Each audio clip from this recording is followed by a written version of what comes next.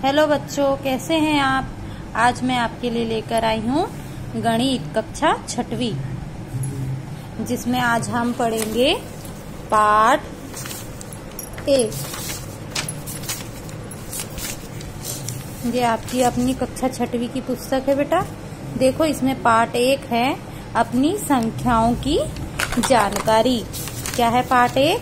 अपनी संख्याओं की जानकारी। पाठ 1 अपनी संख्याओं की जानकारी। देखो बेटा, जब भी हम कोई भी पुस्तक शुरुआत करते हैं तो उस विषय के बारे में पढ़ना बहुत ज्यादा जरूरी होता है। तो अब हम इसके बारे में पढ़ेंगे और फिर इसके माध्यम से हम आगे के गणित को हल करेंगे। ठीक, हम इस पुस्तक को पढ़ते हैं। क्या है? अपनी संख्याओं की जानकारी। अध्याय 1। पहला है भूमिका 1.1 की। काय की भूमिका है? भूमिका 1.1।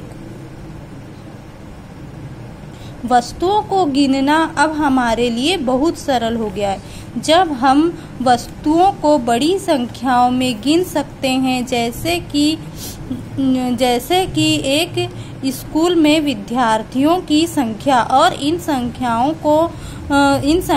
को संख्याओं के नंबर्स द्वारा निरूपित कर सकते हैं। हम उपयुक्त संख्या नामों को नंबर्स नेम का प्रयोग करके बड़ी संख्याओं से संबंधित सूचनाएं भी दे सकते हैं।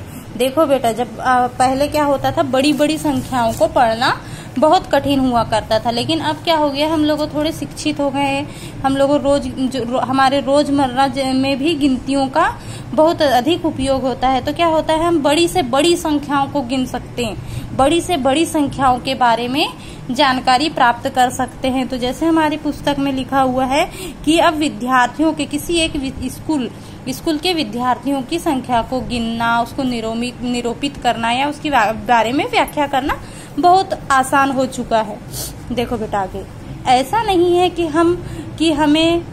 हम हमेशा ही ऐसी बड़ी राशियों के बारे में वार्तालाप या संकेतों द्वारा सूचना देते हैं। हर 1000 वर्ष पहले लोग केवल छोटी संख्याओं के बारे में ही जानते हैं थे। धीरे धीरे उन्होंने बड़ी संख्याओं के साथ कार्य करना सीखा। उन्होंने बड़ी संख्याओं को संकेतों के रूप में व्यक्त करना सीखा।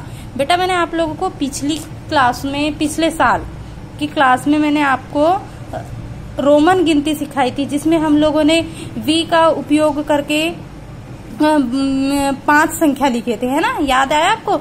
IV लिख के हमने 9 लिखे थे, मतलब छोटे संकेतों से बड़ी बड़ी संख्याओं का ज्ञान। तो ये हमको पुस्तक वही बता रही है, ये पाठ हमको उसी बारे में बता रहा है कि पहले क्या होता था, बड़ी संख्याओं के बारे में जानकारी देना होता था, तो छोटे छोटे संकेतों का उपयोग कर बड़ी बड़ी संख्याओं के बारे में जानकारी दिया जा सकता था।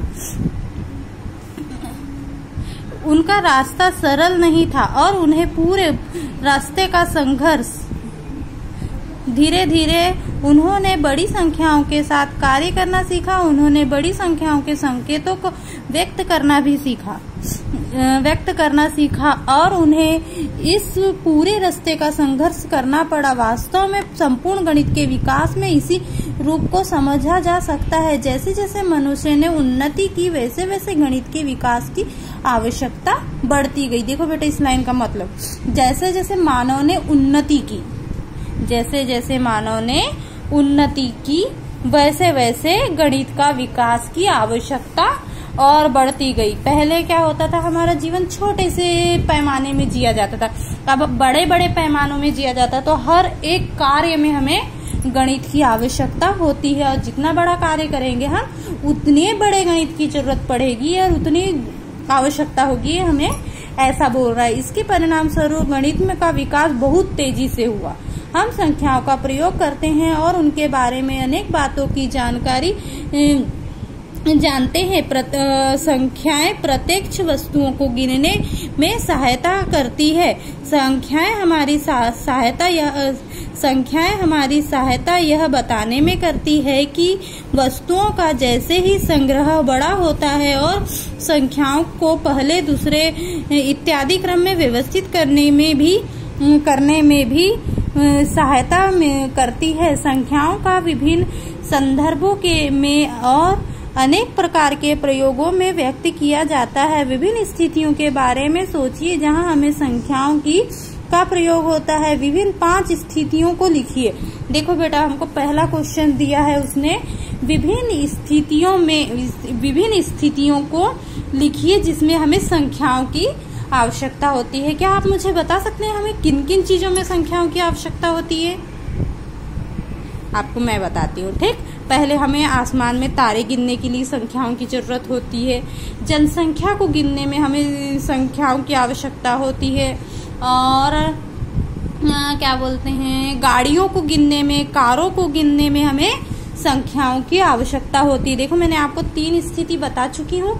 आपको ऐसी 2 स्थिति और सोचकर 5 स्थितियों को कंप्लीट कर कॉपी में नोट करना है ना, जिसमें हम संख्याओं का प्रयोग करते हैं। हमें संख्याओं के साथ कार्य करने में आनंद प्राप्त हो चुके हैं।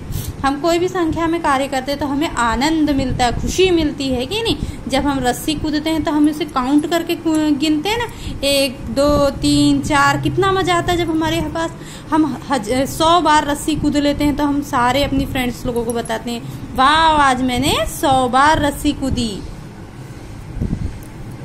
हमें इसके साथ योग, व्याकलन, गुणा भाग की संक्रियाएं को भी कर चुके हैं। इस संख्या अनुक्रमों के प्रतिरूपों को देख चुके हैं और संख्याओं के साथ अनेक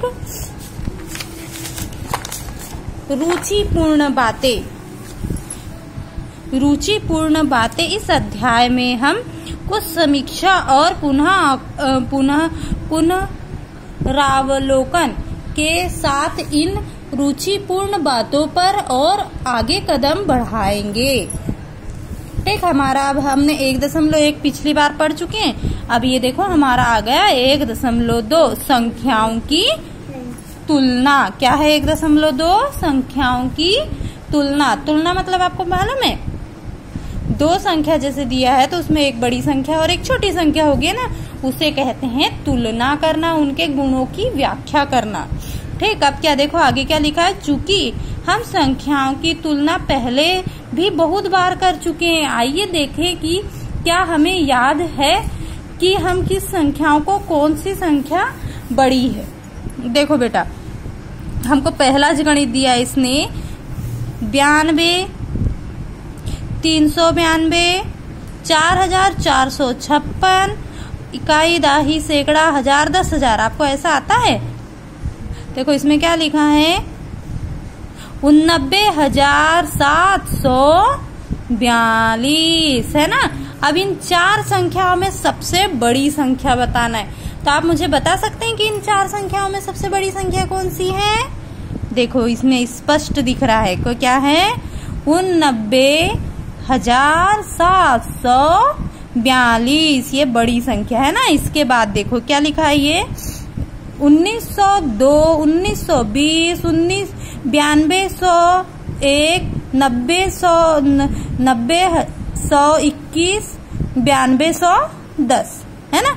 इसको ऐसा नहीं पढ़ते, इसको ऐसा पढ़ते 1902, 1920, 9,221, 9,021, 9,210।